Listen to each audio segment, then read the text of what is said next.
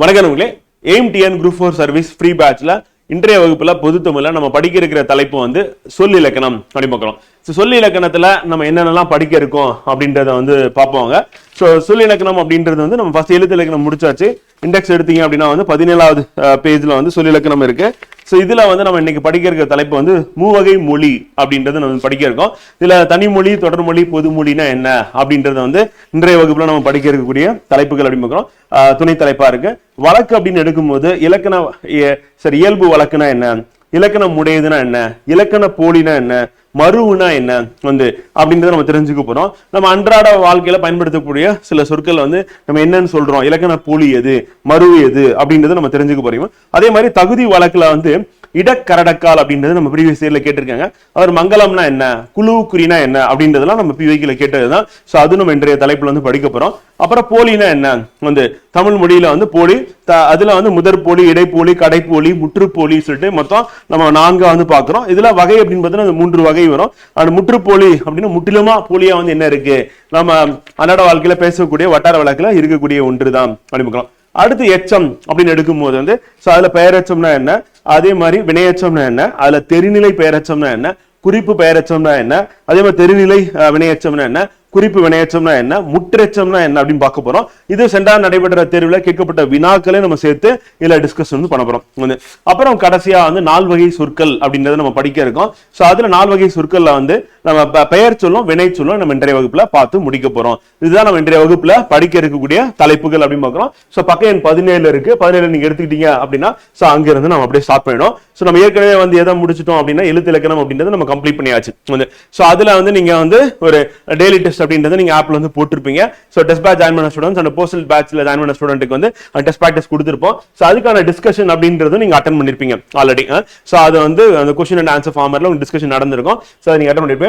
இன்றைய வகுப்புல நம்ம சொல் இலக்கணம் அப்படின்ற தலைப்பு வந்து படிக்க இருக்கோம். இதுக்கு அடுத்து நம்ம மண்டையை திருப்பி நம்ம வந்து சொல் இலக்கணம் வந்து பகுதி 2 படிக்க போறோம். அது முடிஞ்ச உடனே அதுல ஒரு டெஸ்ட் ஒன்று போட்டு பாத்துருங்க.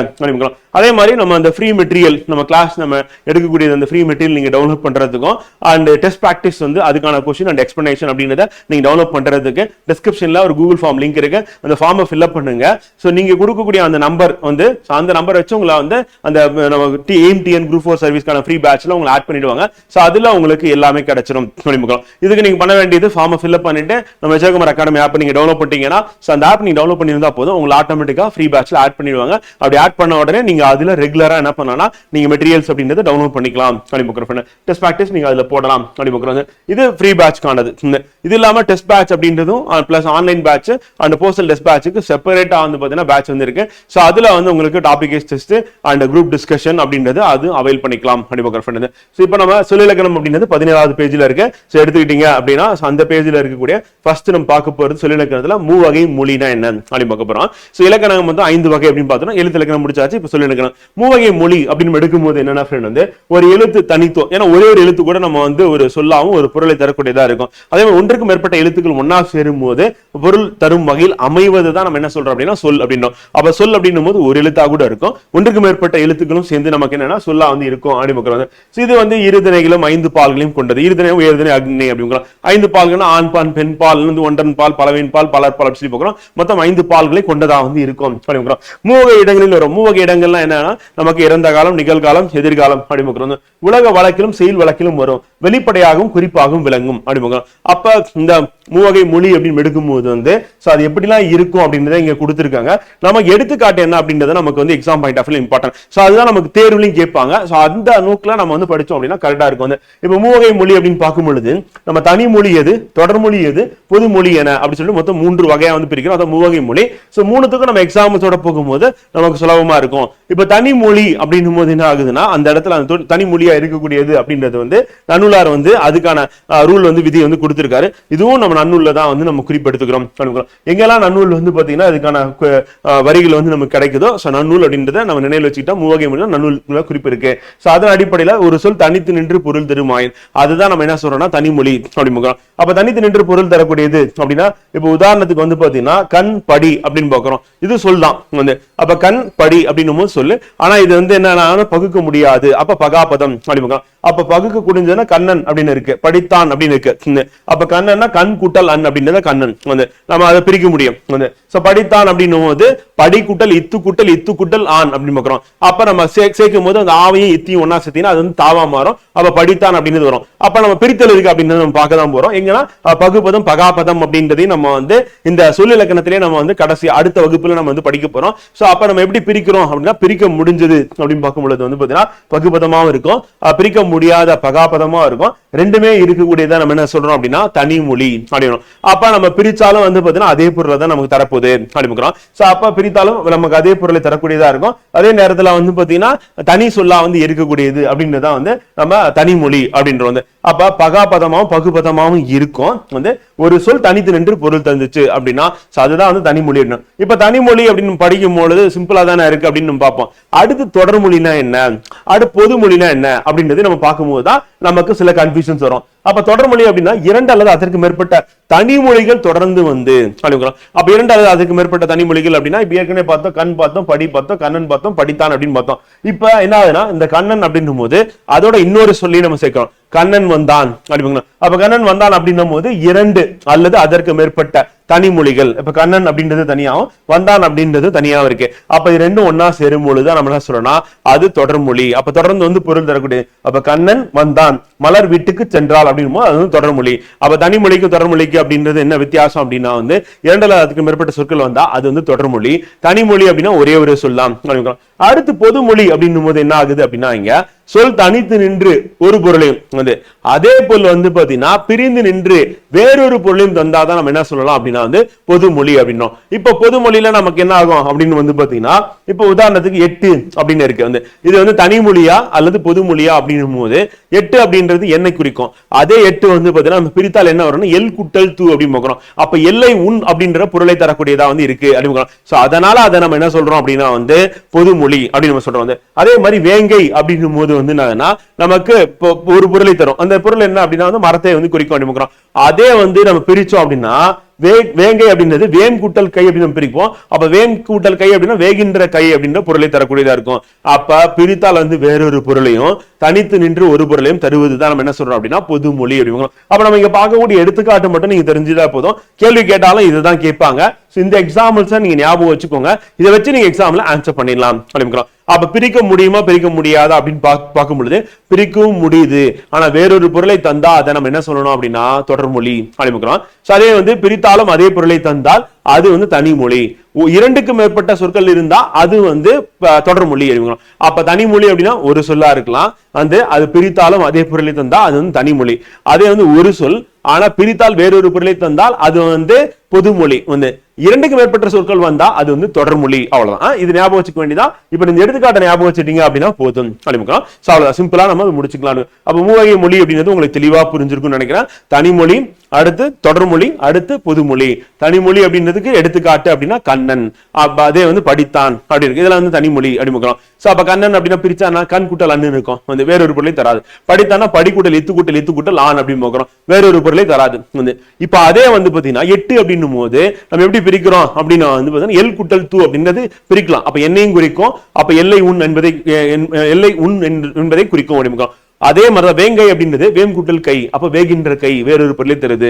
அதனால அதை நம்ம என்ன சொல்றோம் அப்படின்னா பொதுமொழி. தொடர்மொழி அப்படின்னா கண்ணன் வந்தான் அப்படின்னு பார்க்கிறோம். அதே மாதிரி மலர் வீட்டுக்கு சென்றால் அப்படின்றது நமக்கு தொடர்மொழியா வந்து இருக்கு அப்படின்னு. சோ அப்ப மூவகை மொழி அப்படின்றது அவ்வளவுதான் ஃப்ரெண்ட். வெரி சிம்பிள் தான். இந்த மாதிரி சிறிய தலைப்புகள் இருந்தாலும் அதுல இருந்து நம்ம கேள்வி வர்றதுக்கான வாய்ப்புகள் இருக்கு. அதையும் நம்ம சரியா படிச்சுக்கணும் அப்படின்னு. அடுத்து வழக்கு. வழக்கு அப்படின்றது என்னன்னா எழுத்திலும் பேச்சிலும் சொற்களை பயன்படுத்தும் முறை தான் நம்ம என்ன சொல்றோம் அப்படின்னா வந்து வழக்கு அப்படின்றது. அப்ப எழுத்திலும் சொற்களிலும் அப்படின்னு பார்க்கும் பொழுது இப்ப இயல்பு வழக்கு அப்படின்னா வந்து ஒரு பொருளை அதற்கே உரிய இயல்பான சொற்களால் குறிப்பிட்டு சொன்னோம்னா அது வந்து இயல்பு வழக்கு அப்படின்னு. அப்ப அதற்கே உரித்தான சொற்கள் அப்படின்னு இயல்பதா இருக்கும், அது எந்த ஒரு மாற்றமும் இருக்காது. அதே வந்து நம்ம அந்த இயல்பு வழக்கை வந்து பாத்தீங்கன்னா மொத்தம் மூன்றா வந்து நம்ம பிரிக்கிறோம். ஒண்ணு வந்து என்னன்னா இலக்கணம் உடையது அப்படிங்கிறோம். அப்ப இலக்கணம் உடையதுன்னா நம்ம சரியா பயன்படுத்துறோம். அதே வந்து பாத்தீங்கன்னா இலக்கண போலி அப்படிங்கிறோம். அப்ப இலக்கண போலி அப்படின்னா வந்து பாத்தீங்கன்னா நம்ம முன்னாடி இருக்கிறது பின்னாடி, பின்னாடி இருக்கிறது முன்னாடி போட்டோம்னா அதுதான் நம்ம இலக்கண போலி அப்படிங்கிறோம். மருவு அப்படின்னா ஷார்ட் ஃபார்முக்கு கொண்டு போயிடும். இப்ப தஞ்சாவூர் தஞ்சை, திருநெல்வேலி நெல்லை, கும்பகோணம் குடந்தை அப்படின்னு அப்ப என் தந்தை எந்தை அப்படின்னு சொல்லிட்டு இந்த மாதிரி நம்ம ஷார்ட் ஃபார்ம் கொண்டு போயிட்டோம்னா அதை தான் நம்ம என்ன சொல்றோம்னா மருவு அப்படின்றது. இது நமக்கு எக்ஸாம்ல ஆல்ரெடி கேட்டிருக்காங்க. Very very important. ஃபர்ஸ்ட் இலக்கணம் உடையது அப்படின்னும் போது வாங்க பார்ப்போம். வெரி சிம்பிள் தான். இவை தமக்கே உரிய பொருளை வந்து பாத்தீங்கன்னா எவ்வகை மாறுபாடு இல்லாமல் இயல்பாக தருகின்றன. அப்படி இயல்பா தரக்கூடியது உதாரணம் அப்படின்னா நிலம், மரம், வான், எழுது அப்படின்னு பார்க்கிறோம். சோ இது எல்லாமே வந்து தமக்கே உரியதா வந்து இருக்கு, இயல்பா தரக்கூடியதா இருக்கு அப்படின்னு பார்க்கிறோம். அப்ப இலக்கண நெறி மாறாமல் முறையாக அமைந்த சொற்களை தான் இலக்கணம் உடையது அப்படின்னும். அப்ப இலக்கண போலினா என்ன அப்படின்னா அப்படியே மாறி இருக்கும். இப்ப எக்ஸாம்பிள் வந்து பாத்தீங்கன்னா இல்லத்தின் முன்பகுதியை நம்ம என்ன சொல்லுவோம் அப்படின்னா வந்து இல்லத்தின் முன்பகுதி. அப்ப இல்லம்னா இல் வந்து முன்பகுதி முன், அப்ப இல் முன் சொல்லணும்ல. ஆனா நம்ம முன்னோர்கள் வந்து எப்படி அதை பயன்படுத்திருக்காங்க அப்படின்னா வந்து முன்றில் அப்படின்னு சொல்லியிருக்காங்க. அப்ப இல்லத்தின் முன்பகுதியை வந்து முன்றில் சொல்லியிருக்காங்க. அப்ப என்ன ஆகுதுன்னா அப்படியே திருப்பி போட்டிருக்காங்க வந்து அதை தான் நம்ம என்ன சொல்றோம்னா இலக்கண போலி அப்படின்னு வந்து. அது மாதிரி கிளை இருக்கு, அந்த கிளையோட நுனி இருக்கு. அப்ப கிளையின் நுனி அப்படின்னு தான் சொல்லணும். ஃபர்ஸ்ட் இந்த கிளை உருவாகும், அதோட நுனி இருக்கு. அப்ப கிளையோட நுனி அப்படின்னு சொல்றோம். அப்ப கிளையின் நுனியை நம்ம என்ன சொல்றோம் அப்படின்னா நம்ம முன்னோர்கள் வந்து எப்படி பயன்படுத்திருக்காங்க, நம்ம எப்படி பயன்படுத்துறோம் அப்படின்னா நுனி கிளை அப்படின்றோம். அப்ப நம்ம அப்படியே மாத்தி போறோமா, அப்ப நுனி கிளை அப்படின்னு சொல்லும் போது அது இலக்கண முறைப்படி பார்க்கறதுக்கு அமையாவிடலாம், இலக்கண முறையுடையவை போலவே ஏற்றுக்கொள்ளப்படுகிறது. அதுதான் நம்ம என்ன சொல்றோம்னா இலக்கண போலி அப்படிங்கிறோம். அப்ப பெரும்பாலான சொற்களின் முன் பின் பகுதிகள் அது இடம் மாறி வருவதையே நம்ம என்ன சொல்றோம் அப்படின்னா வந்து குறிக்கிறது. அப்ப இலக்கண போலியை முன்பின் தொக்க போலி அப்படின்னு நம்ம சொல்லலாம். அப்ப முன்பின் தொக்க போலின்னு சொன்னாலும் இலக்கண போலி சொன்னாலும் ஒண்ணுதான் அப்படி பார்க்கிறோம். அப்ப நம்ம என்ன சொல்லலாம் அப்படின்னா முண்டில் அப்படி பார்க்கிறோம். இல் முன் இருக்கணும், அதை முண்டில் மாத்திட்டாங்க அப்படி பார்க்கிறோம். சோ அதே மாதிரி வந்து பாத்தீங்கன்னா இரண்டாவது கிளையின் நுனி, அது வந்து நுனி கிளை அப்படின்னு சொல்றோம். இந்த ரெண்டு எக்ஸாம்பிள் ஞாபகம் வச்சுக்கிட்டீங்க அப்படின்னா ரொம்ப சுலபமா இருக்கும், ஈஸியாவும் இருக்கும் அப்படி பார்க்கிறோம். சோ அப்ப இந்த ரெண்டு எக்ஸாம்பிள் என்ன அப்படின்றதையும் நம்ம நினைவுல வச்சுக்கிட்டு படிக்கிற மாதிரி இருக்கும் அப்படி சொல்லி பார்க்கிறோம். சோ அதுக்கு அடுத்து வந்து பாத்தீங்கன்னா நம்ம பார்க்க இருக்கிறது வந்து பாத்தீங்கன்னா இலக்கண போலியை முன்பின் தக்க போலியா வந்து நம்ம பார்க்கிறோம். சோ வாயில் அப்படின்றதும் வாசல் அப்படின்றதும் வந்து அப்ப இல்லத்தின் இல்வாய் அப்படின்னு நம்ம சொல்லணும். ஏன்னா இல்லத்தின் வாய் அப்படின்னு பாக்குறோம். சோ அப்ப இல்லத்துக்குள் நுழையும் வழியை தான் நம்ம என்ன சொல்லணும் இல்லத்தின் வாய் நம்ம சொல்லுவோம். அதை வந்து இல்வாய்ன்னு சொல்லணும். ஆனா நம்ம அதை எப்படி பயன்படுத்துறோம், வாயில் அப்படின்னு பயன்படுத்துறோம். வாயில் வந்து காலப்போக்கில் என்னவா மாறுது அப்படின்னா வாசல் அப்படின்னு மாறுது. சோ அதுதான் நம்ம என்ன சொல்றோம் அப்படின்னா வந்து மருவு அப்படின்னு வந்து. இப்ப வாசல் அப்படின்னா மருவு வந்து, அதே வாயில் அப்படின்றது வந்து நம்ம இல்வாய வாயில் சொல்றோம். அது வந்து இலக்கண போலி அப்படின்னு பாக்குறோம். இப்ப நம்ம அடுத்து பார்க்க இருக்கிறது என்ன அப்படின்னா மருவு அப்படின்றத நம்ம பார்க்க இருக்கிறோம் அப்படின்னு சொல்லி பாக்குறோம்.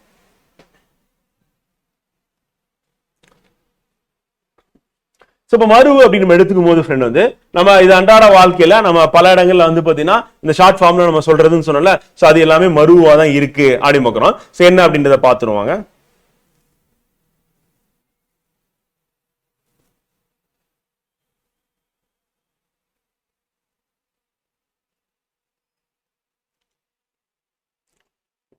பெண்ணு செலக்ட் பண்ண விட்டுட்டேன். ஓகே. சோ அப்ப இது முழுமையான வடிவத்தில் அப்படின்றது பயன்படுத்துறது இல்ல அப்படின்னு பாக்குறோம். அப்ப முழுமையான வடிவத்துல நம்ம பயன்படுத்தல அப்படின்னா என்னவா இருக்கு அப்படின்னா இப்ப தஞ்சாவூர் அப்படின்றது என்னவா இருக்குன்னா தஞ்சையா இருக்கு அப்படின்னு பாக்குறோம். இது வெரி வெரி இம்பார்ட்டன்ட். இது நமக்கு தொடர்ந்து கேட்டுட்டு இருக்காங்க அப்படின்னு பாக்குறோம். அதே மாதிரிதான் நமக்கு இந்த இலக்கண போலி கேட்கறாங்க. சோ அந்த முன்றில் அப்படின்றது ஞாபகம் வச்சுக்கணும். சோ அதுதான் வந்து என்னன்னா இல்லத்தின் முன் அப்படின்னா முண்டிலா மாறி இருக்கு அப்படிங்க. கிளையின் நுனி தான் நமக்கு என்னவா மாறி இருக்குன்னா நுனி கிளை அப்படின்னு மாறி இருக்கு அப்படின்னு பாக்குறோம். சோ அப்ப நம்ம மாறி இருக்கு. அதே மாதிரி எடுத்துக்காட்டு வெரி இம்பார்ட்டன்ட். நகர்ப்புறம் அப்படின்றது புறநகரா மாறி இருக்கு. வாய்க்கால் அப்படின்றது கால்வாய் மாறி இருக்கு. கடைக்கன் அப்படின்னு மாறி இருக்கு. சோ அப்ப இது எல்லாமே வந்து என்ன சொல்றோம் அப்படின்னா வந்து முன்பின் தக்க இலக்கண போலி அப்படின்றதுக்கு எடுத்துக்காட்டா வந்து இருக்கு அப்படின்னு பார்க்கிறோம். சோ அதை ஞாபகம் வச்சுக்க வேண்டியதான். அப்ப முன்பின் தக்க முன்பின்னாக தொக்க இலக்கண போலி இல்ல முன்பின்னாக தொக்க போலி எது அப்படின்னு சொல்லி கேட்பாங்க. கேட்டோம்னா அது எடுத்துக்காட்டு புறநகர் கால்வாய் கடைக்கன் அப்படின்னு. அதே மாதிரி முன்றில் நுனிக்கிளை அப்படின்றது அதற்கான எடுத்துக்காட்டு. இங்கேயும் அதே மாதிரி வந்து நமக்கு வாயில் அப்படின்றது வந்து இருக்கு. இதே வந்து என்னவா மாறுது அப்படின்னா வாசல் சொல்லிட்டு அது வந்து மருவா மாறுது. அப்ப வாசல் வந்து என்ன இலக்கண போலி கிடையாது, அது வந்து மருவு அப்படி பார்க்கிறோம். அதே மாதிரி மருவுக்கு எடுத்துக்காட்டு மற்ற எடுத்துக்காட்டுகள் வந்து முழுமையான வடிவத்தில் பயன்படுத்துவது இல்லை அப்படின்னு பார்க்கிறோம். இப்ப தஞ்சாவூர் தஞ்சை, திருநெல்வேலி நெல்லை வந்து, அது மாதிரி கோவை அப்படின்னா கோயம்புத்தூர் அப்படி பார்க்கிறோம். குடந்தை அப்படின்னா கும்பகோணம் அப்படி பார்க்கிறோம். எந்தை அப்படின்னா வந்து என் தந்தை அப்படி பார்க்கிறோம். போது அப்படின்றது வந்து பாத்தீங்கன்னா என்னன்னா பொழுதுன்னு பார்க்கிறோம். பொழுதுதான் போதுன்னு சொல்றாங்க வந்து. சோநாடு அப்படின்னா வந்து சோழ நாடு அப்படி பார்க்கிறோம். சோ அப்ப கோவை கோயம்புத்தூர் எழுதிக்கோங்க, குடந்தை வந்து கும்பகோணம் எழுதிக்கோங்க, எந்தை வந்து என் தந்தை எழுதிக்கோங்க, போது அப்படின்னா வந்து பாத்தீங்கன்னா பொழுதுன்னு அர்த்தம். அதே மாதிரி சோநாடு அப்படின்னா வந்து சோழ நாடு அப்படின்னு எழுதிக்கோங்க. சோ புத்தகத்தில் எழுதிட்டா போதும், கரெக்டா இருக்கும். அதுக்கு அடுத்து தகுதி வழக்கு அப்படின்னா பிறரிடம் சொல்ல தகுதியற்ற சொற்களை தகுதியான வேறு சொற்களால் குறிப்பிடுவதுதான் தகுதி வழக்கு. அப்ப தகுதியற்ற சொற்களா சில சொற்கள் நம்ம வந்து அன்றாட வாழ்க்கையில இருக்கு, அது சொல்றதுக்கு நம்ம யோசிச்சுட்டு அதுக்கு பதிலா வேறொரு சொல்ல பயன்படுத்தணும், அதுதான் தகுதியான வழக்கு அப்படின்னு பார்க்கிறோம். அப்ப தகுதியான சொற்களை பயன்படுத்த இடக்கரடக்கால் அப்படின்னு பார்க்கிறோம். இடக்கரடக்கால் அப்படின்னு பார்க்கிறோம். இது வந்து நம்ம அந்த தகுதியற்ற சொற்களுக்கு பதிலாக தகுதியான சொற்களை பயன்படுத்துறோம் அப்படின்னு அதுல ஒரு வகையா வந்து இருக்கு. ரெண்டாவது மங்களம். மங்களம்னா அமங்கலமான வார்த்தையை பேசாதீங்க அப்படின்னு வந்து, அதாவது கெட்ட விதமா சொல்லாதீங்க, அதை வந்து என்னன்னா மங்களமான வார்த்தையில சொல்லுங்க அப்படின்றது. அடுத்து குழுவுக்குறி அப்படின்னா வந்து பலர் குடியிருக்கிற இடத்துல கோடு வேர்டோட பேசுறது வந்து மற்றவங்களுக்கு புரியக்கூடாது, ஆனா நீங்க பேசுற உங்களை சார்ந்து இருக்க உங்க நண்பருக்கு வந்து இல்ல உங்க தொழில் புரியவர்களுக்கு புரியுற மாதிரி பேசுறாங்கன்னா அதுக்கு பேர் என்ன சொல்றோம்னா குழுவுக்குறி அப்படின்னு பார்க்கிறோம். சோ அது 3 என்ன பார்ப்போம், இது நமக்கு இம்பார்ட்டன்ட், ஆல்ரெடி கேட்டிருக்கேன். இப்ப இடக்கரடக்கால் அப்படின்றது என்னன்னா பிறடம் வெளிப்படையாக சொல்லத்தகாத சொற்கள் அப்படிங்கிறோம். இப்ப வந்து கால் கழுவி வந்தான் வந்து, சோ அப்ப ரெஸ்ட் ரூம் போயிட்டு வராங்க அப்படின்னா சாதா தமிழ் என்ன சொல்றாங்க அப்படின்னா கால் கழுவி வந்தான் அப்படிங்கிறோம். அவர் குழந்தை வெளியே போய்விட்டதுன்னு தான் சொல்லுவோம் வந்து, சோ அப்ப குழந்தை மலம் கழித்து விட்டது அப்படின்னு சொல்ல மாட்டாங்க. சோ அப்ப வந்து பாத்தீங்கன்னா அந்த இடத்துல குழந்தை வெளியே போய்விட்டதுன்னா அதான் அது அர்த்தம். அப்ப தகுதியான சொற்களை நம்ம பயன்படுத்துறோம். அவர் செத்தாருன்னு சொல்ல மாட்டாங்க வந்து, அது மங்களம் இல்லாத சொல், அது வந்து துஞ்சினார் அப்படின்னு சொல்லுவோம். இப்ப நம்ம அடிக்கிற போஸ்டர்ல எல்லாம் வந்து பாத்தீங்கன்னா இயற்கை எய்தினார் அப்படின்ற வார்த்தையை தான் பயன்படுத்துறாங்க அப்படின்னு. இதே வந்து நம்ம அன்றாட வாழ்க்கையில வேற என்ன சொற்கள், ஓலை அப்படின்னு சொல்ல மாட்டாங்க, அது வந்து திருமுகம் அப்படின்னு. அது மாதிரி கருப்பு ஆடுதான், கருப்பு ஆடுதான், ஆனா என்ன சொல்லுவாங்க வெள்ள ஆடுன்னு சொல்லுவாங்க வந்து. அதே மாதிரி விளக்கை அணைன்னு சொல்லக்கூடாது, விளக்கை குளிரவை அப்படின்னு தான் சொல்லணும். அது மாதிரி சுடுகாடுன்னு சொல்லக்கூடாது, அது வந்து நன்காடு அப்படின்னு சொல்லுவாங்க. சுடுனா சுடுற காடு அப்படி சொல்லணும், நன்காடு அப்படின்னு சொல்லுவாங்க. இது எல்லாமே வந்து என்ன குறிக்குது அப்படின்னா வந்து மங்களமான சொற்களா வந்து இருக்கு.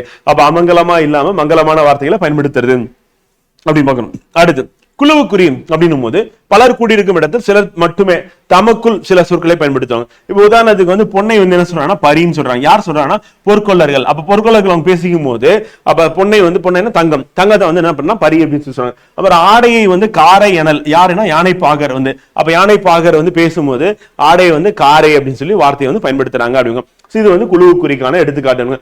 இந்த குழுவுக்குறியும் அதே மாதிரி மங்களமும் அதே மாதிரி இடக்கரடக்காலும் அதுக்கப்புறம் நமக்கு மரு அப்படின்றதும் நம்ம வெரி வெரி இம்பார்ட்டன்ட் அப்படி பார்க்கிறோம். இதெல்லாம் நமக்கு ஏற்கனவே கேட்டிருக்காங்க, இலக்கண போலி நமக்கு எக்ஸாம்ல கேட்டிருக்காங்க. சோ கண்டிப்பா நீங்க படித்து நினைவில் வச்சுக்கணும் அப்படி பார்க்கிறோம். சோ அதுக்கு அடுத்த டாபிக் போலி வந்து. இப்ப போலி அப்படின்னு பார்க்கும்போது வந்து பாத்தீங்கன்னா நமக்கு முதற்போலி, இடைப்போலி, கடைப்போலி, அப்புறம் முற்றுப்போலி இருக்கு. அது என்ன அப்படின்றது பார்க்க போறோம். முதற்போலி அப்படின்னும் போது இப்ப உதாரணத்துக்கு அறம் செய்ய விரும்பு அப்படின்ற இது அவையாருடைய வாக்கு. அப்ப அறம் செய்ய விரும்பு யார் சொன்னா அப்படின்றது அது நமக்கு இம்பார்ட்டன்ட் வந்து பாத்தீங்கன்னா அவையாருடைய ஸ்டேட்மெண்ட். அறம் செய்ய விரும்பு அப்படின்னா நல்லது பண்ணணும், நல்ல செயல்கள் மட்டும் தான் இருக்கணும், நல்ல ஒழுக்கங்களை கடைபிடிக்கணும் அப்படின்றதா அவையார் வந்து சொல்றாங்க. அதே மாதிரி அரண் வலியுறுத்தல் வந்து அறம் வேணும், செல்லும் இடங்கள்லாம் அறம் செஞ்சுட்டே போங்க அப்படின்னு சொல்லி வள்ளுவர் வந்து சொல்றாங்க. அதுதான் உங்களை வந்து காப்பாத்தும் அப்படின்னு சொல்லி சொல்றாங்க. உங்களுக்கு துன்பம் நேரும் போது வந்து பாத்தீங்கன்னா உங்களுக்கு அந்த துயரத்தை வந்து போக்கக்கூடிய ஒன்றாது அவங்க அட்ரஸ் தேடி கண்டுபிடிச்சு உங்களை காப்பாற்றக்கூடியதுன்னா அறம் தான் அப்படின்னு. சோ அப்ப அந்த அறம் வலியுறுத்தல் அப்படின்னா திருக்குறள். அப்புறம் அறம் அரண் இப்ப பாத்தீங்கன்னா அவையார் சொன்ன அறமும் திருவள்ளுவர் சொன்ன அறமும் ரெண்டும் ஒண்ணுதான் வந்து. அப்ப இதுல பொருள் ஏதாவது வந்து மாறி இருக்கா, மாறல, ஆனா கடைசி எழுத்து மட்டும் அந்த ஈறு வந்து பாத்தீங்கன்னா அந்த எழுத்து வந்து மாறி இருக்கு. அப்ப இம்மு இன்னும் மாறி இருக்கு. அதனால நமக்கு என்ன நடக்கல அப்படின்னா பொருள் மாறுபடவில்லை. இந்த மாதிரி முதலிலோ இடையிலோ இறுதியிலோ வந்து பாத்தீங்கன்னா ஒரு எழுத்திற்கு பதிலாக வேறொரு எழுத்து இடம்பெற்று அதே பொருள் தருவது போலின்றோம். அப்ப ஒரு எழுத்துக்கு பதிலா இன்னொரு எழுத்து வந்து வருது அந்த இடத்துல, அதே பொருள் தான் தருது அப்படின்னா அதை வந்து போலின்னு சொல்றோம். அப்ப முதல் எழுத்து மாறிச்சுன்னா அது வந்து முதற்போலி, இடையில இருக்கக்கூடிய எழுத்து மாறிச்சுன்னா அது இடைப்போலி, அது கடைசியில ஈர எழுத்தா இருந்ததுன்னா அது கடைசி எழுத்தா இருந்தா அது வந்து கடைப்போலி அப்படிங்கிறோம். அப்ப முதற்போலி அப்படின்னும் போது இப்ப பசல் அப்படின்றது பைசல், இது நமக்கு வந்து இதனுடைய பொருள் என்னன்னு கூட கேட்டுருவாங்க. பயிர் தான் என்ன சொல்லுவோம்னா பசல் பைசல் அப்படின்னு நம்ம சொல்லுவோம். மஞ்சு மைஞ்சு அப்படின்னு பார்க்கிறோம். மஞ்சு மைஞ்சு என்னன்னா மேகத்தை குறிக்கக்கூடிய சொல் அப்படிங்கிறோம். சோ மேகம் அப்படின்னு பார்க்கிறோம். அந்த கரு மேகம் அப்படின்றது குறிக்கக்கூடியது என்னன்னா மஞ்சு மைஞ்சு அப்படின்னு. மயல் மையல் அப்படின்றது ரெண்டுமே ஒரே பொருளை தரக்கூடியதான். என்னன்னா மயக்கம் அப்படின்ற பொருளை தரக்கூடியது. அப்ப மயல் மையல் அப்படின்றது மயக்கம். அப்ப நமக்கு இதுல வந்து என்ன ஆகுது அப்படின்னு முதற்பொலியா வந்து இருக்கு, பா பைசல் வந்து பைய மாதிரி இருக்கு. அதே மாதிரி மா மையா மாதிரி இருக்கு, மா மையா மாதிரி இருக்கு. அப்ப முதல் எழுத்து மாறி இருக்கு அப்படிங்கிறோம். அதனால முதற்போலி அப்படிங்கிறோம். முதற்போலி அப்படின்னு பாக்குறோம். அதுக்கு அடுத்து இடைப்போலி அப்படின்னா இடையில மாறி இருக்கு. இப்ப அமைச்சு அமைச்சு ரெண்டும் ஒண்ணுதான் வந்து அமைச்சரை குறிக்குது அப்படிங்கிறோம். இந்த இடத்துல என்ன ஆனா மா வந்து மையா மாறி இருக்கு, அதனால இடைப்போலி. இது இளஞ்சி இளஞ்சி ரெண்டும் ஒண்ணுதான். என்ன இது குறிக்கணும், குளத்தை குறிக்கிறது, நீர்நிலை குறிக்கிறது அப்படிங்கிறோம். சாரி குளம் நீர்நிலையை குறிக்கக்கூடியது அப்படிங்கிறோம். அது வந்து இளஞ்சி இளஞ்சி அப்படி பார்க்கிறோம். லா வந்து இங்க லையா மாறி இருக்கு அப்படிங்கிறோம். அடுத்து அரையர் அரையர் வந்து இது எதை குறிக்குது அப்படின்னா வந்து பாத்தீங்கன்னா பிரபந்தத்தை பாடக்கூடியவங்க. வைணவ சமயத்துல வந்து பாத்தீங்கன்னா பிரபந்தத்தை திருமால் முன்னாடி கடவுள் முன்னாடி பாடக்கூடியவர்கள். அப்ப பிரபந்த மாலையை பாடக்கூடியவர்கள் அப்படிங்கிறோம். அப்ப பிரபந்த மாலையை பாடக்கூடியவர்களை தான் நம்ம என்ன சொல்லுவோம் அப்படின்னா வந்து பாடுபவர்களை நம்ம வந்து அரையர் என்று அழைப்போம். அப்ப ரெண்டுமே ஒரே பொருளை தரக்கூடியதான். ஆனா இடையில இருக்க எழுத்து வந்து ரா ரையாயிருது, லா லையாயிருது, மா மையாயிருது அப்படின்னு. அதனால மாறுது அப்படிங்க. அது இடைப்பொலி. கடைப்பொலி அப்படின்னு போது என்னன்னா இப்ப அகம் அகன் ரெண்டுமே ஒண்ணுதான். அகம்னா உள்ளம் அப்படின்னு. அப்ப உள்ளம் அகன்னாலும் உள்ளம் தான். அப்ப உள்ளத்தை குறிக்கக்கூடியது அப்படின்னு. நிலம் நிலம் தான், ரெண்டுமே ஒண்ணுதான். அப்ப நிலம்னா இடத்தை வந்து குறிக்கிறது. முகம் முகம் தான், ரெண்டும் ஒண்ணுதான். வந்து பந்தல் பந்தர் வந்து பந்தல் அப்படின்னா வந்து நம்ம நிழலுக்காக போடுவோம்ல, அதுதான் பந்தல். திருமண பந்தல் அப்படின்னு பார்த்துருப்பீங்களா, நிழலுக்காக போடுறது. அது மாதிரி சாம்பல் சாம்பர் வந்து சாம்பல் அப்படின்னா வந்து பாத்தீங்கன்னா நம்ம எரிந்து சாம்பல் ஆகிற அந்த சாம்பல், அது சாம்பர் அப்படின்னு கூட சொல்லுவாங்க. அப்ப இந்த இடத்துல கடைப்புலி கடைசி எழுத்து இம்மு இன்னு இம்மு இன்னு இம்மு இன்னு இல்லு இரு இல்லு இரு மாறுது அப்படின்னு. இதை நம்ம வச்சு பார்க்கும்போது அக்ரிணை பெயர்களின் இறுதியில் நிற்கும் மகர எழுத்து வந்து அக்ரிணை பெயர்களா இருந்தது அப்படின்னா அதனுடைய மகர எழுத்து என்னவா மாறும் அப்படின்னா வந்து நகரமா வந்து மாறும். இப்ப உதாரணத்துக்கு நிலம் அப்படின்னும் போது இன்னு நிலன் அப்படின்னு மாறுது. நிலம் அப்படின்றது அக்ரிணை அப்படின்னு. அதே மாதிரி லகர எழுத்திற்கு பதிலாக ரகரம் வரும். அப்ப லகரத்துக்கு பதிலா ரகரம் வரும் அப்படின்னு. இப்ப பந்தல் அப்படின்னு இருக்கு, அது பந்தர் மாறுது. அப்ப லகரத்துக்கு பதிலா ரகரம் வருது. சாம்பல் இல்லு லகரம் இருக்கு, அதுக்கு பதிலா ரகரம் வருது அப்படின்னு. இந்த மாதிரி மாறக்கூடியது என்னன்னா கடைப்பொலி. அப்ப கடைப்பொலிக்கு நமக்கு என்ன இருக்குன்னா விதி இருக்கு அப்படின்னு.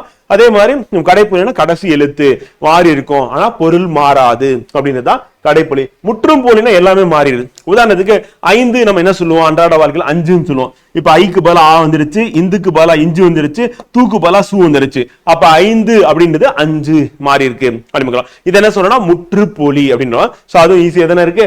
இப்ப போலி அப்படின்னு பார்க்கும்போது 3 வகைன்னு பார்த்தோம். முதற் போலி, இடைப்போலி, கடைப்போலி. நம்ம இங்க இருக்கிறதா நமக்கு எக்ஸாம்ல கொஸ்டினா கேட்பாங்க. அதை நினைவுல வச்சுக்கிறது அப்படின்றது முக்கியம். அதற்கு அடுத்து வந்து பாத்தீங்கன்னா முற்றுப்போலியும் நம்ம எக்ஸாம்பிள் ஞாபகம் வச்சுக்கலாம். விதி அப்படின்னு பார்க்கும்போது மகரம் நகரமாகும், லகரம் ரகரமாகவும் மாறும். எங்கடா இது கடைப்போலி அப்படின்னு. அது நமக்கு இம்பார்ட்டன்ட் வந்து. அடுத்து எச்சம். எச்சம் வந்து சென்ற ஆண்டு நடைபெற்ற தேர்வுல கேள்வியை கேட்டிருக்காங்க. அதுவும் நம்ம இதுல இருந்து பார்க்க போறோம். என்ன அப்படின்னு பார்ப்போங்க. இப்ப படித்தான், படித்த, படித்து ஆகிய சொற்களை படிக்கும் பொழுது நமக்கு கவனிக்கும் போது நமக்கு என்ன தெரிய வருதுன்னா இது முற்று பெறாமல் இருக்கிறது. அப்படி முற்று பெறாமல் இருந்தா அதுதான் நம்ம எச்சம் அப்படின்னும். அப்ப முற்று பெறாமல் இருக்கும் பொழுது அது முற்று பெறுவதற்கு எந்த சொல்ல நம்ம போடணும் அப்படின்றத பொறுத்து இருக்கு. இப்ப எக்ஸாம்பிள் வந்து பெயர் சொல்ல போட்டு நீங்க முற்று பெற்றால் அதை பெயரெச்சமாகும். ஒரு வினை சொல்லை போட்டு நம்ம முற்று பெற்றால் அது வினையச்சமாகவும் நம்ம வந்து கருத்தில் கொள்ள வேண்டும் அப்படி. அப்ப பெயரெச்சமா வினையச்சமா அப்படின்னா கடைசியா நம்ம போட்டு முடிக்கிற சொல்ல வச்சுதான். அப்ப முற்று பெறாமல் அப்படியே தொங்கிட்டே இருக்கு. அப்ப அந்த சென்டென்ஸை நம்ம வந்து அந்த தொடரை முற்று பெற வைக்கிறதுக்கு நம்ம ஒரு சொல்ல போடக்கூடிய அந்த சொல் என்ன சொல்லா இருக்கு அப்படின்றத பொறுத்து தான் நம்ம அது பெயர் சொல்லா வினை சொல்லா அப்படின்றத பொறுத்து தான் நம்ம பெயரெச்சமா வினையச்சமா அப்படின்றத முடிவு பண்ண போறோம் அப்படி. இப்ப படித்தான் என்னும் சொல்லில் பொருள் முற்று பெறுகிறது அப்படி. அப்ப படித்தான் அப்படின்னும் போது அந்த இடத்துல முற்று பெறுகிறது. அது வந்து நம்ம வினை முற்றுன்னு சொல்லலாம். இப்ப படித்து அப்படின்னும் போது என்னன்னா முற்று பெறவில்லை அப்படின்னு. அப்ப படித்த முற்று பெறல, படித்து முற்று பெறல, ஆனா படித்தான் முற்று பெற்று விட்டது. அப்ப முற்று பெற்றால் அதை நம்ம என்ன சொல்லணும்னா வினை முற்று. முற்று பெறலன்னா அது வந்து எச்சம். இப்ப படித்த அப்படின்னும் போது வந்து பாத்தீங்கன்னா இப்ப ஆண் வந்து முடிஞ்சது அப்படின்னா அது என்னவா இருக்கும்னா பெயரெச்சம், ஷார்ட்கட் இதுதான். அதே மாதிரி படித்து அப்படின்னும் போது ஊ இருக்கு அப்படின்னா வந்து அது வந்து வினையச்சம் வந்து. இப்ப ஆ இருக்கு, இங்க ஊ இருக்கு, அதே மாதிரி இந்த இடத்துல ஈ வந்துச்சு அப்படின்னா வந்து பாத்தீங்கன்னா நம்ம எதை சொல்லணும்னா அது வந்து வினையச்சம் அப்படின்னு. ஆ வந்தா பெயரெச்சம் அப்படின்னு சொல்லிட்டு நீ சிம்பிளா அப்படி ஞாபகம் வச்சுக்கலாம். ஆனா இருந்தாலும் நமக்கு ரூல்ஸ் படி என்னென்னலாம் இருக்கு அப்படின்றது நம்ம சேர்த்து பார்ப்போங்க. வெரி சிம்பிள் தான். இப்ப படித்தான்னா முற்று பெறுகிறது. அப்ப அதை நம்ம என்ன சொல்லலாம் அப்படின்னா வினை முற்று, முடிஞ்சு போச்சு, வினை வந்து முடிஞ்சிருச்சு படித்தான் அப்படின்ட்டு. அதே வந்து பொருள் முற்று பெறவில்லை அப்படின்னும் பொழுது எஞ்சி நிற்கும் சொல் எச்சம் அப்படின்னா அது பெயரெச்சமா வினையச்சமா என்று இரு வகைப்படும் அப்படின்னு. இப்ப பெயரெச்சம் அப்படின்னு எடுக்கும் பொழுது வந்து படித்த இன்னும் சொல் வந்து பாத்தீங்கன்னா மாணவன், மாணவி, பள்ளி, புத்தகம், ஆண்டு அப்படின்னு சொல்லி போட்டு நம்ம முடிக்க வைக்கணும். இது எல்லாமே என்னன்னா பெயர் சொல் வந்து. இப்ப படித்த மாணவன், படித்த பள்ளி, அப்ப மாணவன் பெயர் சொல், பள்ளி பெயர் சொல் அப்படிங்கிறோம். அப்ப இந்த பெயர் சொல்ல போட்டு முடிக்கிறதுனால இதை வந்து என்ன சொல்றோம், பெயரெச்சம் அப்படின்னு சொல்றோம். வந்து இப்ப நான் ஆ வந்துருச்சு அப்படின்னா பெயரெச்சம் போட்டுருங்கன்னு சொன்னோம். அப்ப ஈஸியா இருக்குல்ல, அதை வச்சு நம்ம சொல்லிடலாம். வந்து அப்ப பெயரை கொண்டு முடியும் எச்சம் வந்து பெயரெச்சம் அப்படிங்கிறோம். வந்து இப்ப உதாரணத்துக்கு வந்து பாடிய பாடல் அப்படிங்கிறோம். அப்ப பாடிய ஆ வந்துருச்சா, அப்ப பாடல் அப்படிங்கிறோம். பாடல் அப்படின்னா பெயர் சொல். வந்து இப்ப பாடிய பாடல் அப்படின்னும் போது அது எந்த காலத்தை குறிக்குது அப்படின்னா வந்து இறந்த காலத்தை குறிக்கிறது. அப்ப இறந்த கால பெயரெச்சம். வந்து பாடுகின்ற பாடல் அப்படின்னு பாடுகின்றன இப்ப பாடிட்டு இருக்காங்கன்னு அர்த்தம். அப்ப கின்ற கிரு ஆன் இன்ற அப்படின்னு வந்தாவே அது நிகழ்காலம். வந்து அப்ப நிகழ்காலம் அப்படின்னா கின்ற கிர ஆன் இன்று அப்படின்னு வந்துச்சுன்னா அது வந்து நிகழ்காலம். இது ஷார்ட்கட்.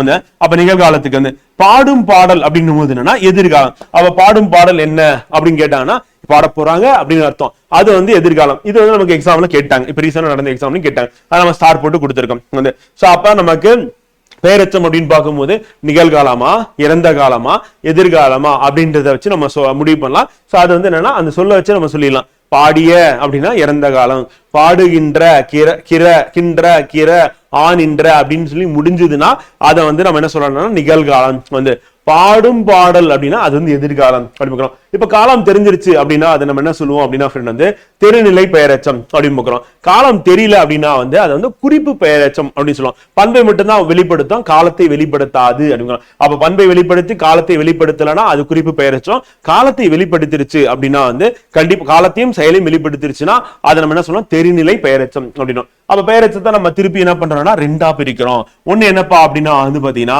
தெருநிலை, ரெண்டாவது என்ன அப்படின்னா குறிப்பு பெயரெச்சம் அப்படின்னு. இதேதான் வினையெச்சத்தையும் ரெண்டா பிரிப்போம். ஒண்ணு என்ன அப்படின்னா வந்து தெருநிலை வினையெச்சம், மற்றொன்று என்னன்னா குறிப்பு வினையெச்சம் அப்படின்னு. அப்படி ரெண்டா பிரிக்க போறோம். அப்ப எழுதிய கடிதம் அப்படின்னா எழுதிய கடிதம், அப்ப எழுதிய கடிதம் அப்படி பார்க்கிறோம். இப்ப எழுதிய ஆ வந்துருச்சா, அப்ப பெயரெச்சம் கன்ஃபார்மா ஆ வந்திருக்கு. அப்ப பெயரெச்சம் போட்டலாம். கடிதம் அப்படின்றது பெயர் சொல்லலாம், அதை வச்சு நம்ம போட்டுடலாம். அப்ப எழுதிய கடிதம் அப்படின்னும் போது எழுதிய கடிதம் வந்து எழுதுகின்ற கடிதம், எழுதும் கடிதம் வந்து அப்படி பார்க்கும்போது மூணா பிரிச்சுங்கன்னா அப்ப எழுதியனா இறந்த காலம், எழுதுகின்ற கின்ற கீர ஆனின்ற வந்தா நிகழ்காலம், எழுதும் அப்படின்னு போது என்னன்னா ஃபியூச்சர் டென்ஸ்.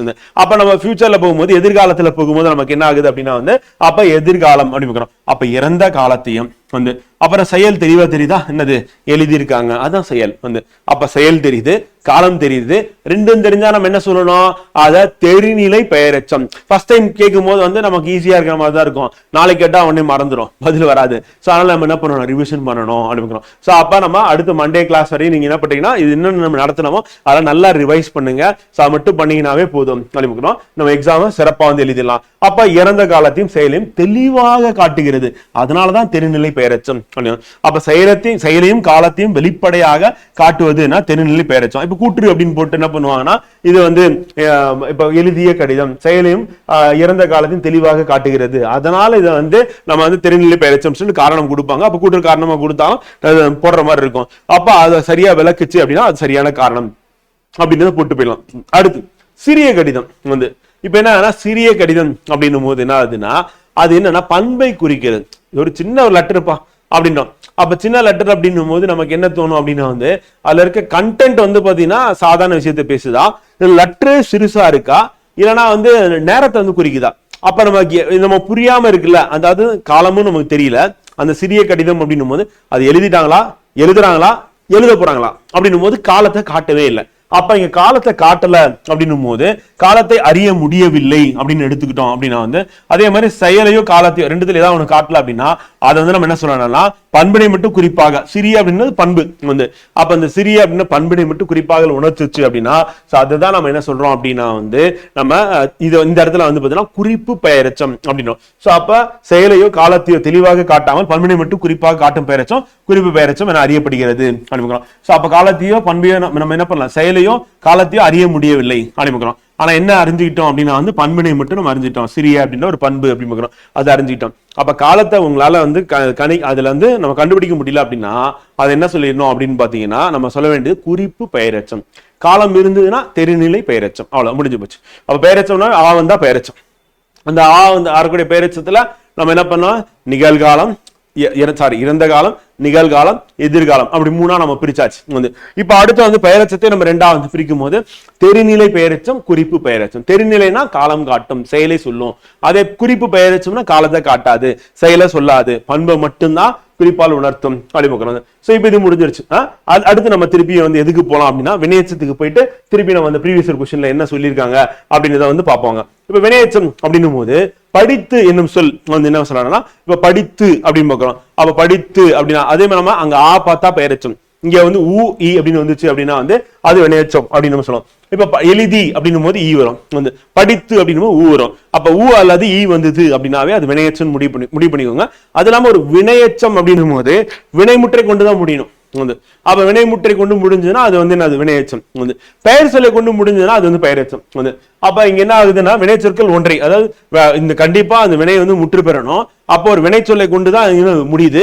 அதுதான் வந்து நம்ம என்ன சொல்றோம் வினையச்சம். அப்ப படித்து என்னும் சொல் வந்து பாத்தீங்கன்னா முடித்தான், வியந்தால், மகிழ்ந்தார் அப்படின்னு சொல்லிட்டு நம்ம சொல்லிதான் நம்ம என்ன பண்ண முடியும்னா முடிக்க முடியும் அப்படிங்கிறோம். அப்ப படித்து முடித்தான், படித்து வியந்தான் அப்படிங்கிறோம். சோ அப்ப இந்த இடத்துல என்ன வருதுன்னா ஒரு வினைச்சொல்லு தான் போடுறோம்.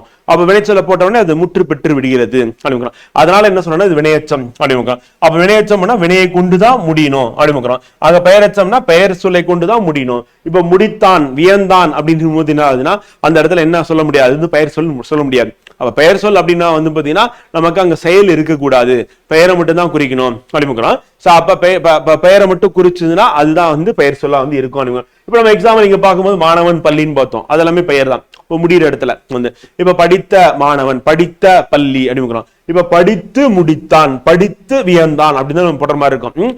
அப்ப படித்து மாணவன் அப்படின்னு நம்ம சொல்ல மாட்டோம், படித்த மாணவன் தான் நம்ம சொல்லுவோம். அப்ப படித்தன்னு வந்தா மாணவனை போடணும், படித்து அப்படின்னா வந்து பாத்தீங்கன்னா வியந்தான், மகிழ்ந்தான் அப்படி சொல்லிட்டு நம்ம வந்து சொல்ற மாதிரி இருக்கும். இல்ல முடித்தான், அப்ப அந்த முடித்தான் வினை, வியந்தான் வினை, மகிழ்ந்தான் வினை அப்படின்னு பார்க்கிறோம். அப்ப அந்த வினை சொல்லை கொண்டுதான் அது முடிஞ்சா அது வினையச்சம் அப்படிங்கிறோம். எப்படி நம்ம வந்து பெயரச்சத்துக்கு வந்து தெரிநிலை குறிப்பு போட்டோமோ அதே தான் வந்து. அப்ப தெரிநிலை அப்படின்னு என்ன பண்ணோம், செயல் இருக்கும், காலத்தையும் காட்டும், ரெண்டுமே இருந்தது அப்படின்னா நம்ம என்ன பண்ணலாம் அப்படின்னா வந்து அது தெரிநிலை வினையச்சம். இப்ப எடுத்துக்காட்டு வந்து எழுதி வந்தான். இப்ப எழுதி அப்படின்னு வந்துருச்சு, வந்து வந்தான் அப்படின்னு பாக்குறோம். சோ அப்ப எழுதி வந்தான் இங்க நம்ம பார்க்கும்போது நம்ம என்ன சொன்னோம் வந்து அதே மாதிரி நமக்கு தெரிநிலை வினையச்சம் அப்படின்னா வந்து நம்ம இந்த இடத்துல சொல்லக்கூடியது வந்து தெரிநிலை வினையச்சத்துக்கு நம்ம எடுத்துக்காட்டு அப்படின்னு பார்த்தோம். பார்க்கும்போது வந்து எழுதிய கடிதம் பார்த்தோம் வந்து. அப்ப இதுக்கு அதுக்கு என்ன வித்தியாசம் பாருங்க, இங்க யா வருது, அப்பனா எழுதிய ஆள முடியுது வந்து. இங்க எழுதி அப்படின்னும் போது ஈ வருது, அப்ப ஈ ஊ வந்ததுன்னா அது வினையச்சம் அப்படின்னு முடிவு பண்ணிக்கலாம் ஒண்ணு. அடுத்து வந்து நம்ம அடுத்து என்ன சொல்லலாம், இப்ப எழுதி வந்தான் அப்படின்னு வந்துருச்சு. எழுதினா செயலை காட்டுது, வந்தான் அப்படின்னா இறந்த காலத்தையும் காட்டுது. அப்ப செயலையும் காட்டுருச்சு, இறந்த காலத்தையும் காட்டுச்சுன்னா அதுக்கு பேர் என்ன சொல்லுவோம் அப்படின்னா தெரிநிலை வினையச்சம். அவ்வளவு முடிஞ்சு போச்சு.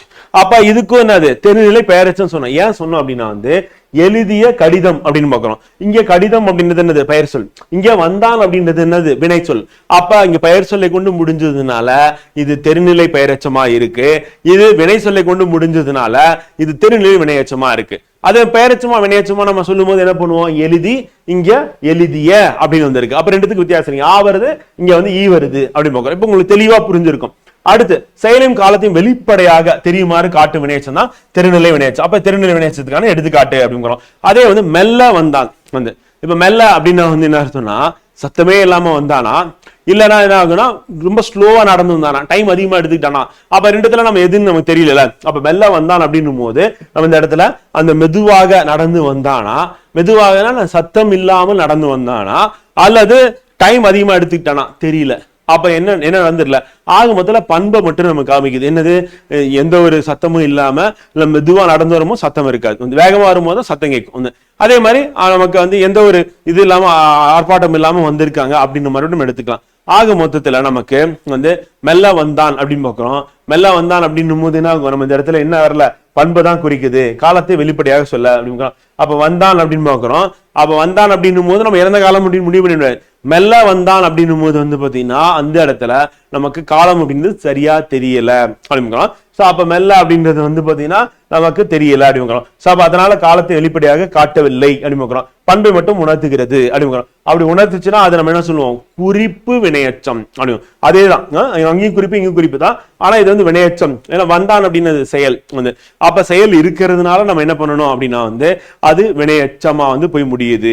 அதே வந்து கடிதம் அப்படின்னு நம்ம சொல்லும் போது பெயர் சொல், அதனால அது பெயரச்சமா போய் முடியுது. அப்ப அங்க குறிப்பு பெயரச்சமா இருக்கு, இங்க குறிப்பு வினையச்சமா இருக்கு. அவ்வளவுதான், ரெண்டும் புரிஞ்சிருக்கும்னு நினைக்கிறேன். அப்ப காலத்தை வெளிப்படையாக காட்டாமல் பண்பினை மட்டும் குறிப்பாக உணர்த்தி வந்துச்சுன்னா அது வந்து குறிப்பு வினையச்சம் அப்படின்னு நம்ம சொல்லி முடிச்சிடறோம். இப்ப அடுத்து வந்து என்ன பண்ணலாம் அப்படின்னா வந்து நம்ம இந்த டேபிளுக்கு போயிடுவோம். நம்ம ப்ரீவியஸ் இயர்ல கேட்டது, லாஸ்ட் இயர்ல கேட்டது. இப்ப அறியாத குழந்தை அப்படின்னு, அறியாத குழந்தை அப்படின்னு போது என்னன்னா அறியாத அப்படின்னு வந்தாவே அது எதிர்மறை வந்து, அறியானா ஈறுகட்ட எதிர்மறை வந்து.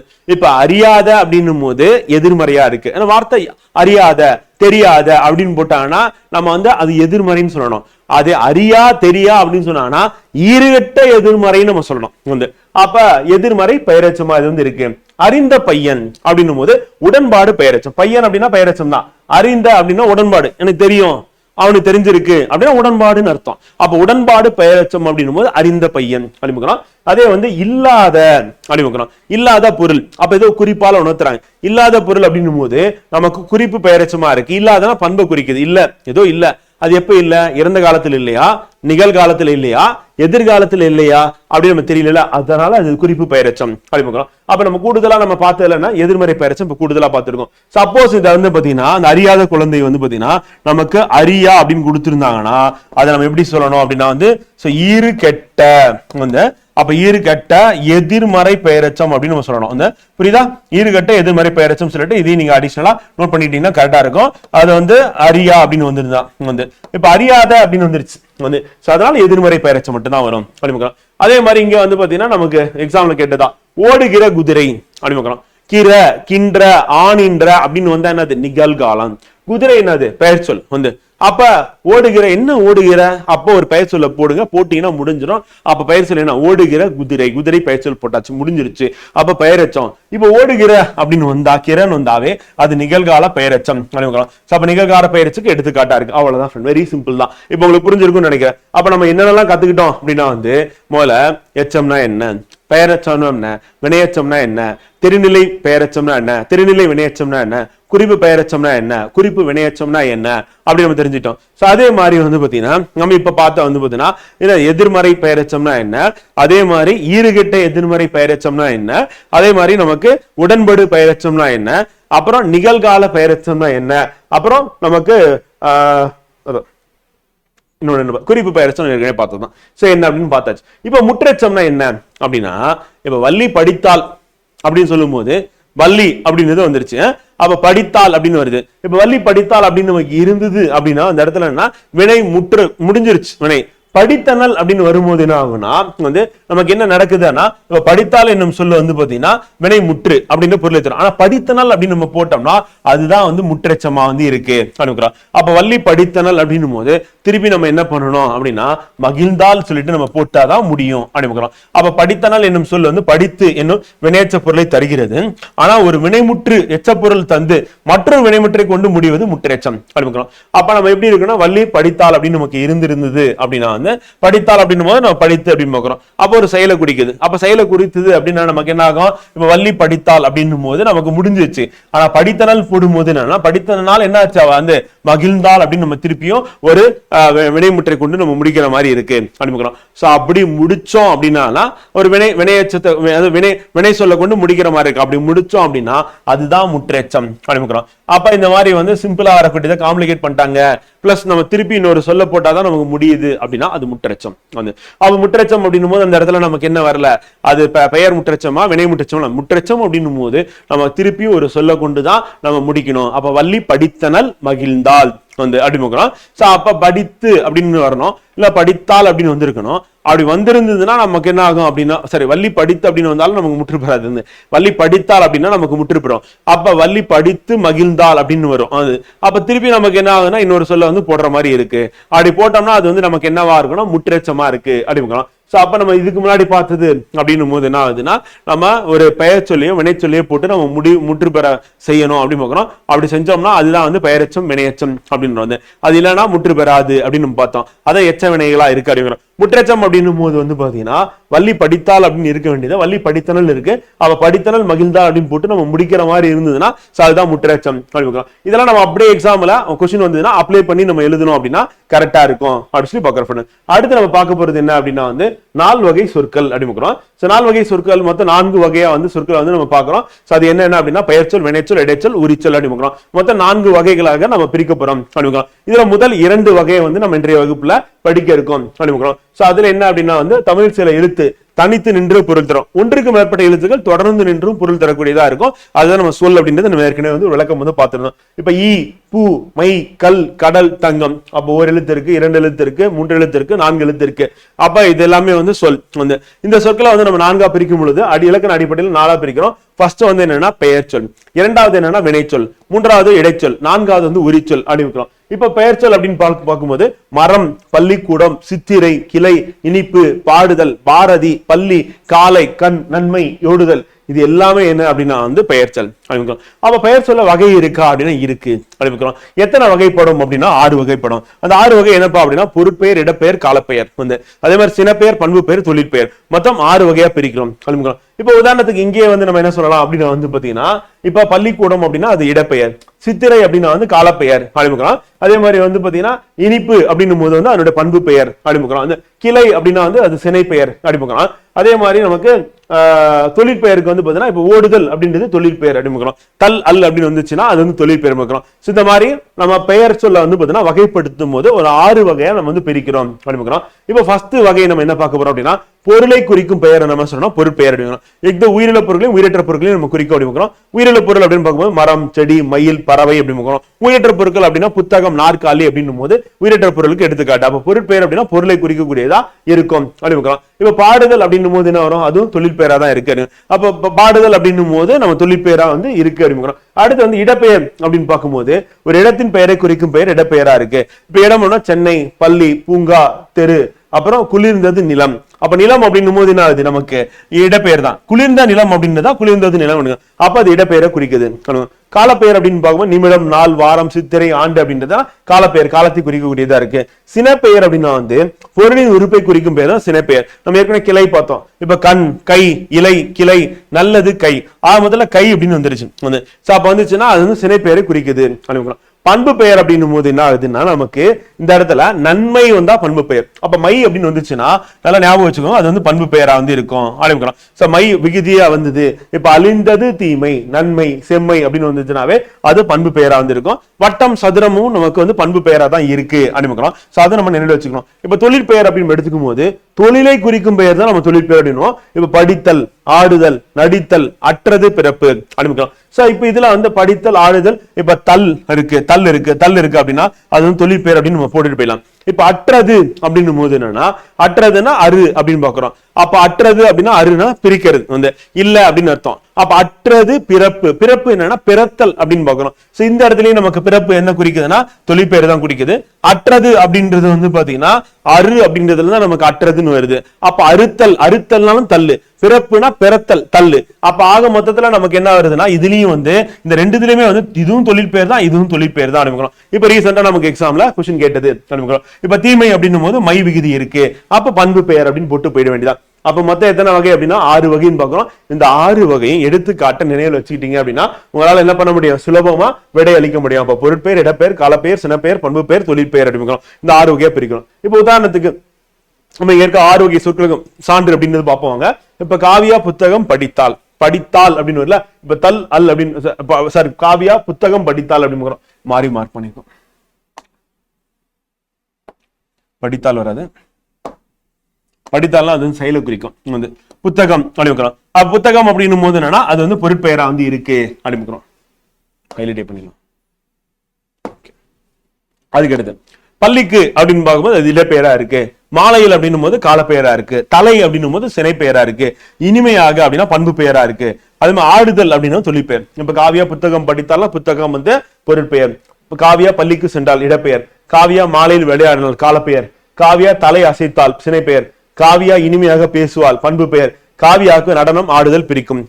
அப்ப ஆடுதல் தொழிற்பெயர் அப்படிங்கிறோம். இப்ப தல் அல் வந்துன்னா தொழிற்பெயர் ஈஸியா போட்டலாம். மை விகுதி வந்ததுன்னா அது வந்து பண்பு பெயர் அப்படின்னு போட்டலாம். இடப்பெயர்னா இடத்தை குறிக்கும், காலப்பெயர்னா காலத்தை குறிக்கும் அப்படின்னு பாக்குறோம். பொறுப்பெயர்னா பொருளை குறிக்கும் அப்படின்னு பார்க்கலாம். இதை வச்சு நீங்க என்ன பண்ணலாம்னா அந்த பெயர் சொல் அப்படின்னும் போது மொத்தம் 6 வகையா நம்ம பிரிச்சு அழகா போட்டுடலாம் அப்படின்னு பார்க்கலாம். சோ அதுக்கு அடுத்து வந்து நம்ம படிக்க இருக்கிறது என்னன்னா வினைச்சொல் அப்படி பார்க்கிறோம். சோ இப்ப வினைச்சொல் அப்படின்றது நம்ம இறுதியாக இப்ப இந்த வகுப்புல நம்ம படிக்க இருக்கிறது. சோ வினைச்சொல் அப்படின்னும் போது இப்ப வா, போ, எழுது, விளையாடு, படித்தான், ஆடுகின்றால், பறந்தது, சென்ற, கண்டு அப்படின்னு பார்க்கணும். சோ இது எல்லாமே வந்து பாத்தீங்கன்னா எதை குறிக்குதுன்னா செயலை அடிப்படையாக கொண்டதா இருக்கக்கூடிய சொற்களா இருக்கு. அப்போ ஒரு செயலை அடிப்படையாக கொண்டது. நம்ம செயலை தான் என்ன சொல்லுவோம், வினைன்னு சொல்லுவோம். வந்து அப்ப ஒன்றை, அதாவது என்னன்னா இவ்வாறு ஒன்றன் செயலை குறிக்கும் வந்து சொல்லதான் நம்ம என்ன சொல்றோம்னா வினைச்சொல். அப்ப இந்த செயலை குறிச்சுது அப்படின்னா அதை தான் நம்ம என்ன போடுறோம், வினைச்சொல்லா வந்து போடுறோம் அப்படின்னு. அப்ப செயலை குறிக்கும் சொல் வினைச்சொல் அப்படின்னு போடுறோம். இப்ப வினை முற்று அப்படின்னும் போது என்னன்னா முற்று பெறுது. இப்ப மலர்விழி பெயர் சொல் வந்து, அப்ப மலர்விழினா பெயர் சொல் அப்படின்னு பாக்குறோம். அந்த மலரோட அந்த பெயர் சொல் அப்படின்றது வந்து என்னன்னா எழுதினால், எழுதினால் என்னது வினை வந்து. அப்ப இந்த இடத்துல என்னன்னா அந்த வினை சொல்லை கொண்டு முடிந்து, அதான் வினை முற்றணும். இப்ப கண்ணன் பாடுகிறான், வினை என்ன பாடுறது. மாடு மேயும் அப்படி பார்க்கிறோம். சோ மாடு வந்து பெயர் சொல், மேயும் அப்படின்றது அவனுடைய செயலை வந்து குறிக்கக்கூடியது. அப்ப இது வந்து வினை முற்று அப்படி பார்க்கிறோம். அப்ப வினைச்சொல் அப்படின்னு நம்ம சொல்லும் பொழுது வந்து என்னன்னா இப்ப வா, போ, எழுது, விளையாடு, படித்தான், பாடுகின்றால், பறந்து, சென்ற, கண்டு அப்படின்னு வந்துச்சுன்னா நம்ம என்ன சொல்லலாம், அது வினைச்சொல். அதிலே வந்து பாத்தீங்கன்னா நமக்கு வினை முற்று அப்படின்னும் போது என்னன்னா அந்த தொடர் வந்து பாத்தீங்கன்னா முற்று பெறுதல் வந்து. இப்ப எழுதினால், பாடுகின்றான், மேயும் அப்படி பார்க்கலாம். அப்ப அது முற்று பெற்ற சொற்களா இருந்தா அது வினை முற்று அப்படி பார்க்கலாம். இப்ப எழுதினால், பாடுகள், மேயும் வந்து பாத்தீங்கன்னா ஆகிய சொற்களை நம்ம கவனிக்கும் போது முழுமை பெற்று விளங்குகிறது அப்படிங்கிறோம். அப்ப முற்று பெற்ற வினை சொற்களை தான் நம்ம என்ன சொல்றோம் அப்படின்னா வந்து முற்று வினை, வினை முற்று அப்படின்ற வந்து. அப்ப எழுதி, பாடு, மேய் அப்படின்னும் போது வந்து பாத்தீங்கன்னா செயலை தான் குறிக்குது. அப்ப எழுதினால், பாடுகிறான், மேயும் அப்படின்னும் போது நமக்கு முற்று பெறுது. அப்படி முற்று பெற்றா அது முற்றுவினை அல்லது வினைமுற்று என்று அழைக்கப்படுகிறது. வினைமுற்று எங்க வரும்னா 5 பால்லயும் வரும். அந்த ஆண் பால், பெண் பால், ஒன்றன் பால், பலவின் பால், பலர்பால் அப்படின்னு 5 பால் வரும். 3 காலம், இறந்த காலம், நிகழ்காலம், எதிர்காலம், 3 இடம் அப்படின்னு பார்க்கிறோம்.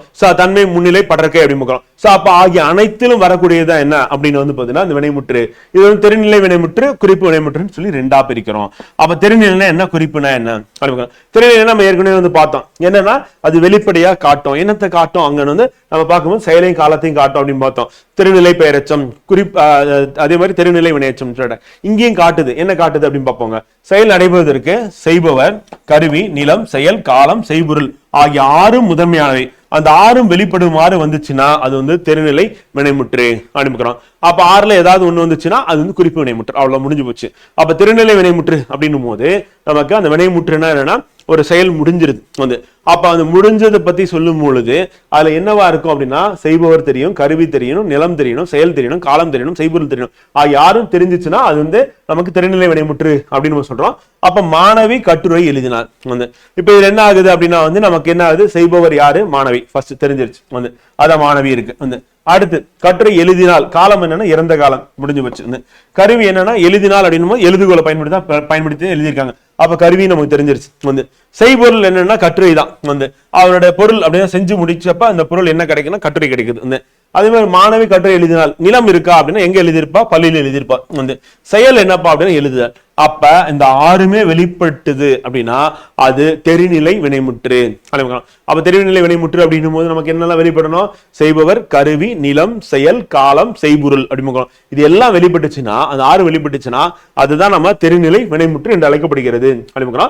இப்ப குறிப்பு வினைமுற்றுனா என்ன அப்படின்னா பொருள், இடம், காலம், சினை, குணம், தொழில் ஆகியவற்றில் ஒன்றனை அடிப்படையாக கொண்டு காலத்தை வெளிப்படையாக காட்டாது. அப்ப காட்டாம இருக்கிறது நம்ம ஏற்கனவே பார்த்தோம். குறிப்பு வினையச்சம், குறிப்பு பெயரெச்சம் பார்த்தோம். காலத்தை காட்டாது வந்து.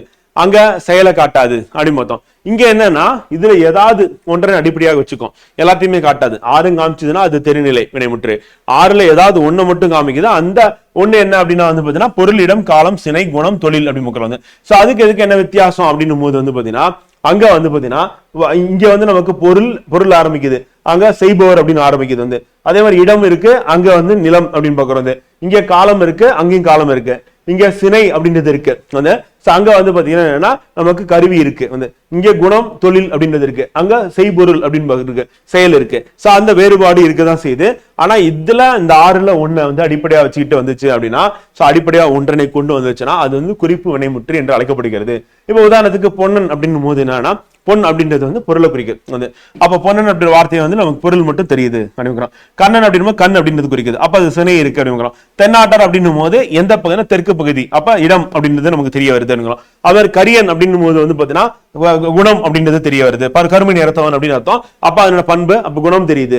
ஆதிரையன் அப்படின்னும் போது வந்து காலம் தெரியுது நமக்கு. அவர் தொழில் எழுத்தன் அப்படின்னா எழுதுதல் அப்படின்னு பாக்குறோம், அப்ப தொழில் தெரியுது.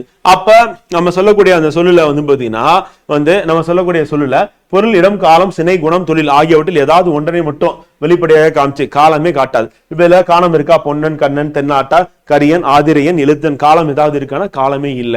அப்ப காலம் இல்லாமல் வந்தது அப்படின்னா அதுதான் என்ன சொல்றோம்னா குறிப்பு வினைமுற்று அப்படின்னு சொல்றோம். அப்ப திருநிலை வினைமுற்றுக்கும் குறிப்பு வினைமுற்றுக்கும் என்ன வித்தியாசம் அப்படின்னா, காலம் காட்டி வந்தால் அது வந்து திருநிலை வினைமுற்று, காலம் காட்டாமல் வந்தால் அது வந்து குறிப்பு வினைமுற்று அப்படின்னு சொல்லிட்டு நம்ம ரெண்டா இப்படி எடுத்துக்கலாம் அப்படின்னு பாக்குறோம். இப்ப புரிஞ்சிருக்கும்னு நினைக்கிறேன். அப்படி வச்சுட்டோம்னா நீங்க ஈஸியா ஆன்சர் பண்ணிட்டு போயிடலாம் அப்படின்னு பாக்குறோம்.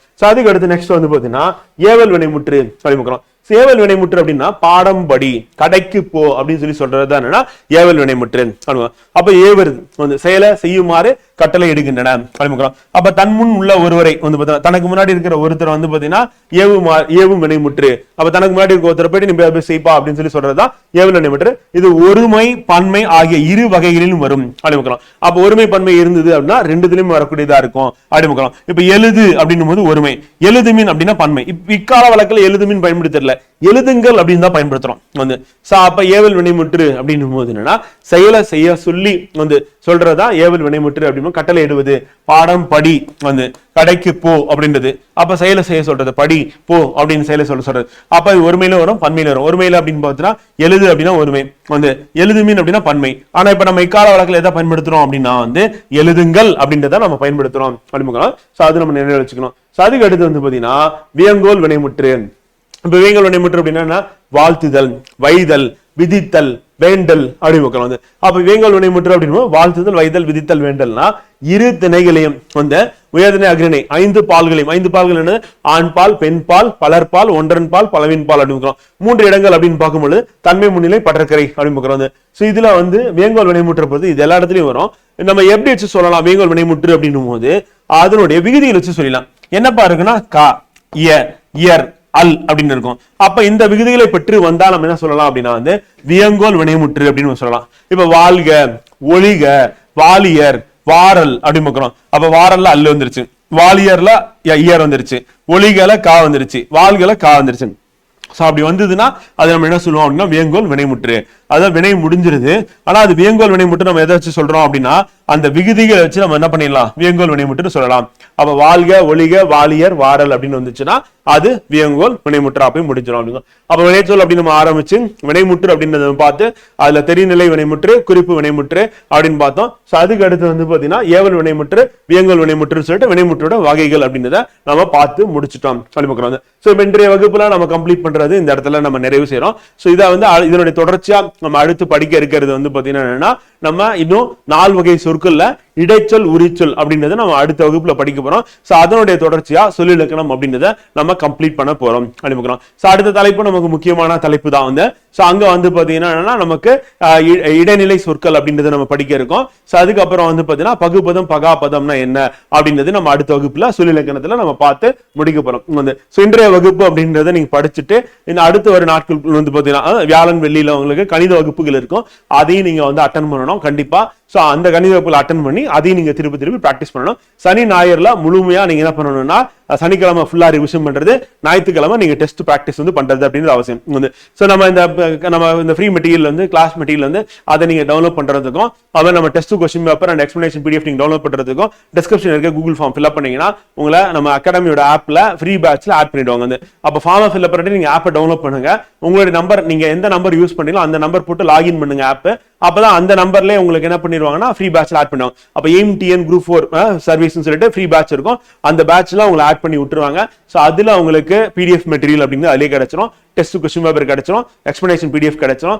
அண்ட் நீங்க அதுல என்ன பண்ணிக்கலாம் அப்படின்னா கிளாஸ் வீடியோவும் நாங்க லிங்க் பண்ணி கொடுத்துருவோம். நீங்க அங்க கூட கிளாஸ் அட்டன் பண்ணிக்கலாம். அந்த டிஸ்கஷன் அப்படின்றது லைவா நம்ம யூடியூப்ல தான் போக போறோம். அதையும் நீங்க அட்டன் பண்ணிக்கலாம் அப்படின்னு பார்க்கணும். இந்த ஆப்ஷன்லாம் இருக்கு ஃப்ரெண்ட், இதை வந்து யூட்டிலைஸ் பண்ணிக்கோங்க. அது மட்டும் இல்லாம நம்ம செப்பரேட்டா டாபிக் வைஸ் டெஸ்ட் பிராக்டிஸ் அப்படின்றது செப்பரேட்டா கொண்டு போறோம். அண்ட் குரூப் டிஸ்கஷன் அப்படின்றது இருக்கு. அண்ட் போஸ்டல் டெஸ்பாட்ச்ல ஒரிஜினல் கொஸ்டின் பேப்பர் உங்களுக்கு வந்து TNPSC பேட்டர்ன்ல இருக்க ஒரிஜினல் கொஸ்டின் பேப்பர் பிளஸ் வந்து நமக்கு OMR காப்பி அப்படின்னு கொடுத்துட்டு அந்த பிராக்டிஸ் அப்படின்றது நீங்க கொண்டு போனீங்க அப்படின்னா இன்னும் சிறப்பா இருக்கும் அப்படின்னு. ஸோ அட்லீஸ்ட் மினிமமா பண்ண வேண்டியது இதுவும் மேக்ஸிமமா அதையும் நீங்க பண்ணிட்டீங்க அப்படின்னா டெஃபினட்டா வந்து பார்த்தீங்கன்னா இந்த எக்ஸாம் பாஸ் பண்றதுக்கு உங்களுக்கு ஹெல்ப்ஃபுல்லா இருக்கும் அப்படின்னு வந்து. ஸோ டிஸ்கிரிப்ஷன்ல இருக்கக்கூடிய லிங்கை கிளிக் பண்ணி மறந்துடாம ஃபார்மை ஃபில் அப் பண்ணுங்க. ஸோ அது மூலியமா உங்களை ஃப்ரீ பேட்ச்ல ஆட் பண்ணிடுவாங்க அப்படின்னு. ஸோ ஆல் தி பெஸ்ட், நல்லா படிங்க. ஸோ நம்ம அடுத்த வகுப்பு வந்து பார்த்தீங்கன்னா நம்ம ஜிஎஸ்ல வந்து பார்த்தீங்கன்னா எந்திரவியல் அப்படின்ற தலைப்புல சந்திப்போம். நன்றி, வணக்கம்.